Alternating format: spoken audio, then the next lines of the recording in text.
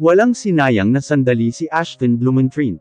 Kahit tila naghihina siya sa natuklasan, ay pinilit niyang magpakatatag.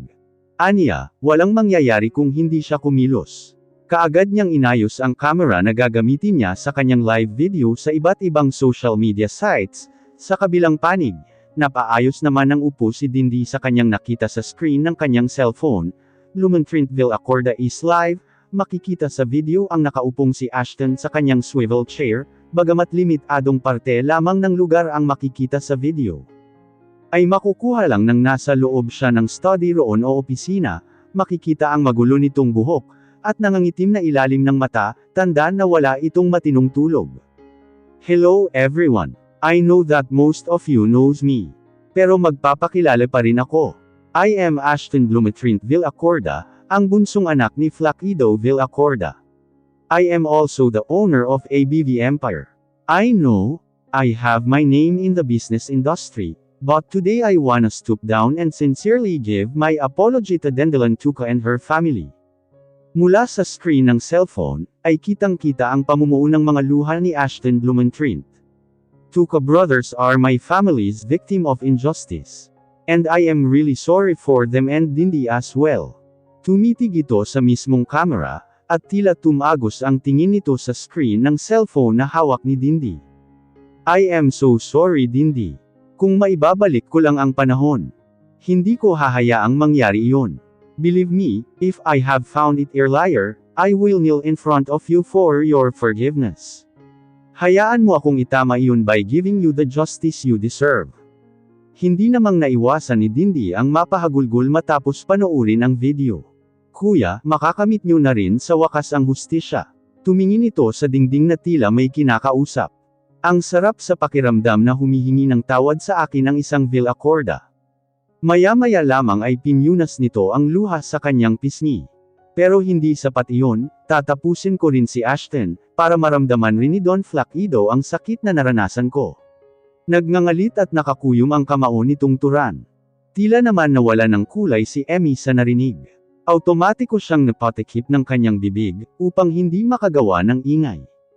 Hindi na ako makapaghintay na durugan si Ashton.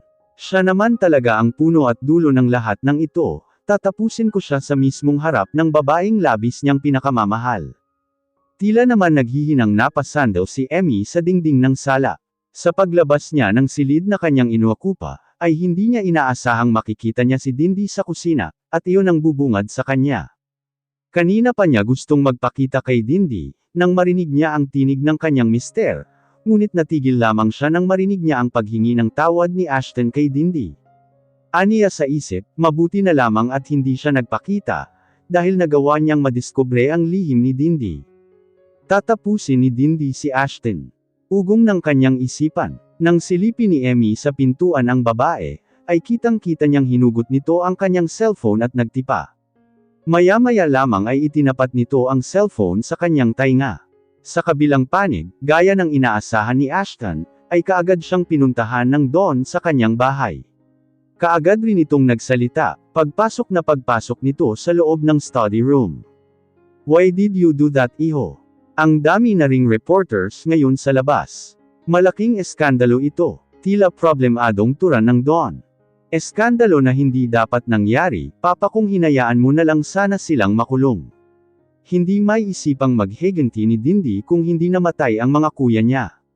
Natigil naman ang Don. Kitang-kita rin niya ang pamumutla ng mukha nito. Bago pa ito makaimik, ay muling nagsalita si Ashton. You will pay for what you have done, papa. Ibibigay natin ang hustisyang nararapat para sa kanila. Napalunok naman si Don Flaquido Will Accorda sa narinig. Iho, ginawa ko lang iyon dahil. Bago nito matapos ang kanyang sasabihin, ay inunahan siya ni Ashton. Tama na papa. It's about time for you to reflect and face the consequence of your decision from the past. Iho, kitang-kita ang pamumuo ng pawi sa mukha ng Don. Darating ang mga pulis mamaya papa. Please lang, huwag niyo nang palalin ang sitwasyon. Tila nanghihina namang umupo ang Don sa sofa. Nakakalungkot na ipinagkaluno mo ako, dahil lang sa isang babae. Kitang-kita ang pamumuo ng luha sa mga mata nito. Gayunpaman ay tila hindi naaapektuhan si Ashton. Hindi lang basta babae si Emmy papa. She is my wife and mother of my children. At lalong hindi kita pinagkaluno dahil sa kanya. Ibinibigay ko lang ang nararapat na hustisya para sa magkapatid na tuka. Pero iho, tumangala ito sa kanya, at kitang-kita ang pagsusumamo sa mga mata nito. I'm sorry Papa, but this is the right thing to do. Sinserong tura ni Ashton Blumentritt, bago siya tumalikod at iwanan ito. Sa totoo lamang ay mabigat sa loob ni Ashton na sabihin sa mga pulis ang ginawa ng kanyang ama, at hayaang makulong ito, ngunit iyon ang tama. Parehong mahalaga sa kanya ang kanyang papa at si Emmy, ngunit kailangan niyang pumili. At iyon ay ang pagpili sa kung anong nararapat. Tila bumalik sa realidad si Ashton Blumentritt, nang marinig niya ang pagtunog ng kanyang cellphone. Para bang umabot sa langit ang kanyang kaba, nang rumahistro ang pangalan ni Dindy.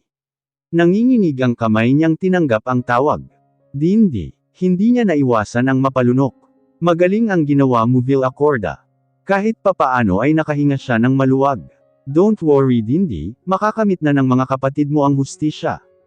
In just few hours, siguradong darating ang mga pulis dito para huliin si Papa. Mabuti, nang tila wala nang sasabihin ang babae sa kabilang linya, ay muli siyang nagsalita.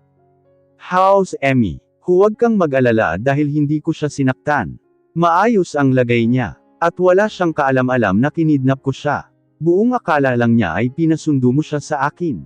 Thank you for not hurting her Dindy. Please bring her safe to me. Magkita tayo mamayang 12:00.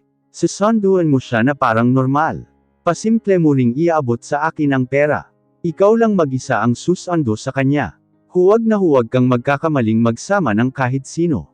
Kaagad namang tumungo si Ashton, kahit hindi siya nakikita ng kanyang kausap. At huwag mo rin akong linlangan Villacorda, kung ayaw mong tapusin ko mismo sa harap mo ang pinakamamahal mong asawa. I assure you, please give me an assurance that you will not hurt my wife. Madali akong kausap, basta ba marunong ka ring sumunod sa usapan. I assure you, I will not deceive you, tatawagan kita bago mag 12:00, para maibigay ang address kung saan tayo magkikita. Bago nito tapusin ang tawag, ay muli itong nagsalita. Mamaya, ang gusto ko lang makita ang 10 bilyon at ikaw. Pinagpawisan ng malapot si Emmy. Matapos niyang marinig ang usapan sa cellphone ni Dindy at ang kanyang mister, ay wala siyang sinayang na sandali. Mabilis niyang tinungo ang pintuan ng sala. Ngunit ganon na lamang ang panunuyo ng kanyang lalamunan, nang hindi niya mabuksan ang doorknob. Saan ka pupunta lady? Gabi na po para lumabas ka pa. Tila tumigil ang ikot ng kanyang mundo sa narinig. Gayunpaman ay pilit niyang kinalma ang kanyang sarili, bago niya hinarap ang katulong. Pinilit niyang ngumiti upang huwag itong makahalata. Gusto ko sanang magpahangin. Hindi naman umimik si Dindy. Nanatili lamang itong nakatitig sa kanya. Buryong-buryo na kasi ako sa loob eh. Gusto ko sana magpahangin at mag-stargazing. Pinilit looka ni Emmy ang kanyang ngiti, ngunit nanatili namang seryoso ang mukha ng babae. Sana tinawag mo ako lady. Hindi naman nabura ang pekeng ngiti sa labi ni Emmy, kahit tila sasabog na ang puso niya sa lakas ng kabog nito. Akala ko kasi tulog ka na eh. Hindi umimik si Dindy, sa halip ay lumapit ito sa pinto at walang imak na binuksan iyon. Samahan ko na po kayong magpahangin. Walang kangiti-ngiti nitong turan, kasabay ng pagbukas nito sa pinto, at saka nagpatiuna ito sa paglalakad palabas ng bahay. Tila nag-aalangan namang sumunod sa kanya si Emmy.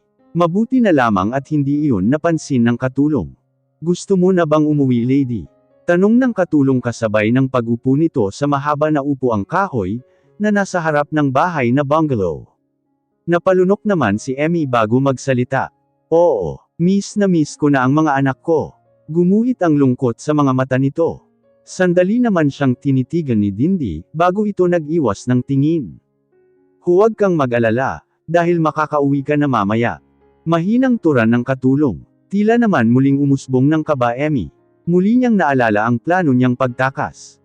Automatiko siyang napatayo dahil sa iisiping iyon. Naging dahilan naman iyon upang mapatingin sa kanya si Dindy. Matutulog na ako. Hindi niya naiwasan ang mautal. Huwag ka na munang matulog lady. Darating si master upang sunduin ka. Pinilit na lamang niyang ngumiti, kahit butil-butil na ang pawis sa kanyang noo. Talaga, pero gabi na. Nagkibit-balikat naman si Dindi. Iyon po ang bilin ni Master. Napalunok na lamang si Emmy.